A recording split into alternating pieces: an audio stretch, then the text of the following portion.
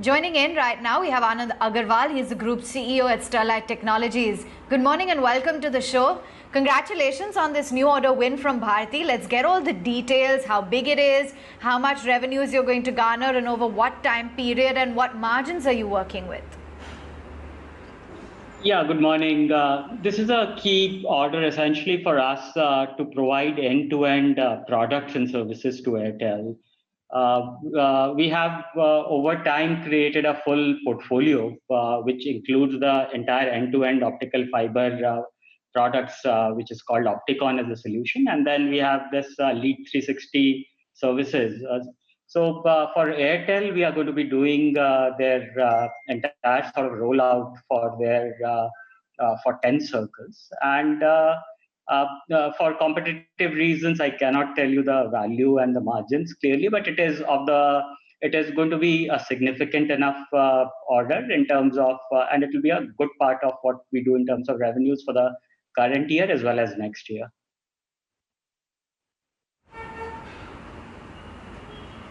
Okay.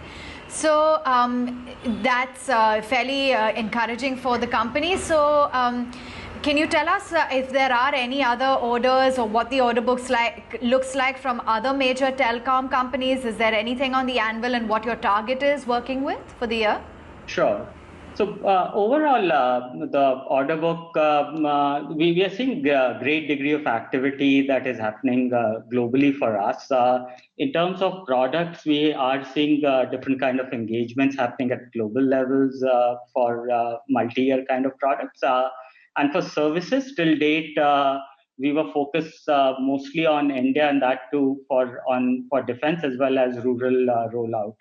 Now with this order, as well as what we are doing for other telecom companies in India, we are now doing most of the service offerings in terms of creating end-to-end networks. So with our strong portfolio on the optical end, which includes optical fiber, cable, and the entire suite of products, and upcoming portfolio on the wireless end, where we are putting in radio units, addressing both the current 4G and coming 5G opportunity, and our capability to create end-to-end network. We believe that this portfolio that we are doing is becoming very, very interesting for our customers. And this Airtel opportunity actually provides everything end-to-end. So this is the first time where we are providing our entire suite of products and services for multiple circles for a telco in India. And so the value proposition and the strategy that we have of a network getting deployed in an end-to-end manner is actually getting validated. Sure.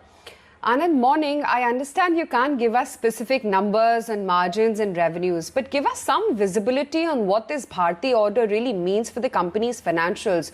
Because as I see in your first quarters, your revenue slid by about 39%. Is it going to completely change the structure of your balance sheet going forward? And would you then be revenue positive?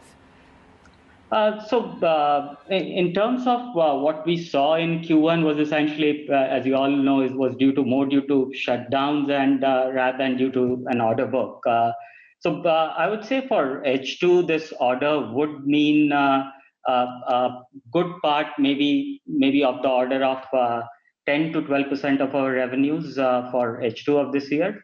And moving forward, also, we believe it is going to be in that range of the company's revenue.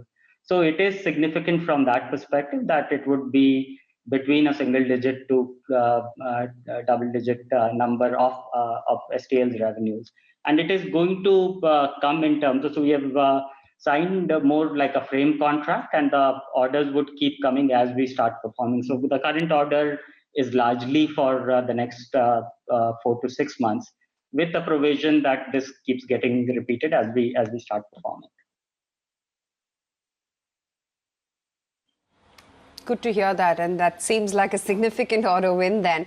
What about the other primary challenges that you did face in the first quarter? Have things eased out? Is there better visibility? And I'm talking sans the Bharti order here. Yeah, so the first quarter challenges were more in terms of execution. We had shutdowns in the facilities as well as on the projects. All our manufacturing facilities are running at normalized levels right now. But our project sites continue to have a certain amount of challenges, especially the projects that we are doing in Maharashtra and Telangana. So those are like we are pretty hopeful that things will start getting better. It Q2 is definitely much better than what Q1 was, but we are still not at 100% of what we can be. And we are clearly hopeful that Q3 we are fully back to normal on the project sites as well. While our manufacturing locations globally, whether it's India, Italy, Brazil, China, all of them are working at pre-COVID levels.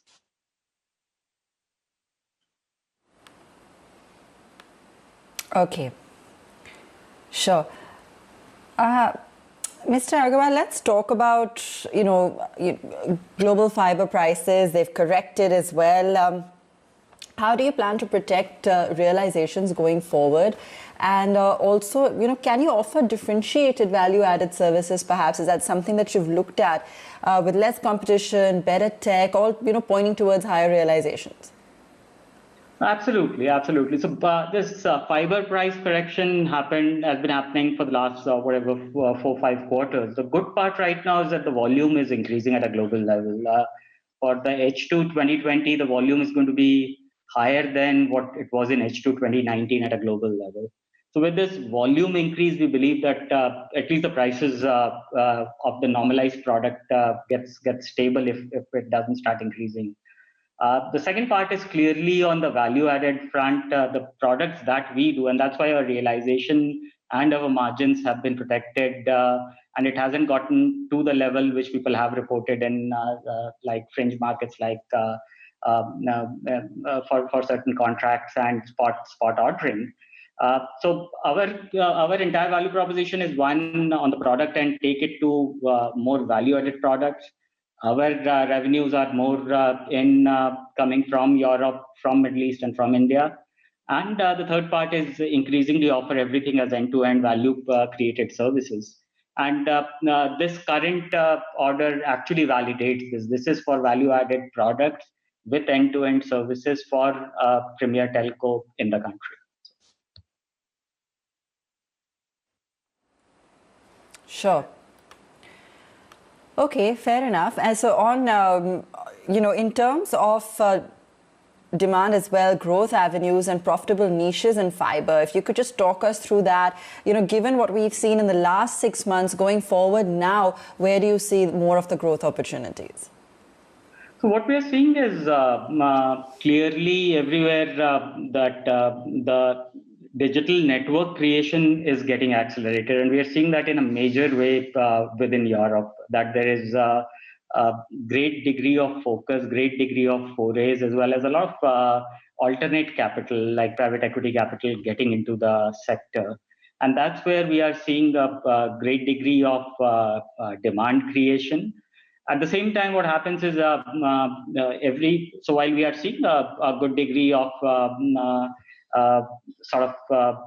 engagements and order book, we are seeing in different markets also challenges continuing in terms of what can get deployed right now, and some part of that backlog continuing. We believe over the next few months, this backlog of deployment starts getting eased out in different markets globally. But there is a lot of pent-up demand, which is essentially there in terms of deploying newer networks or connecting cities, bringing fiber to the home, bringing fiber to the enterprises, as well as the 5G deployment in several countries has started in a major focus area. And again, small cells and all small cells connected by fiber is another major area. So we are seeing this fiber to the home. We are seeing 5G deployment. We are seeing private equity capital coming in the sector. All the indicators augur well, but the short-term challenge continues in terms of this network deployment. People continue to face challenges in different parts of the world, and we are hoping that over the next 2-3 months, this thing kind of goes away.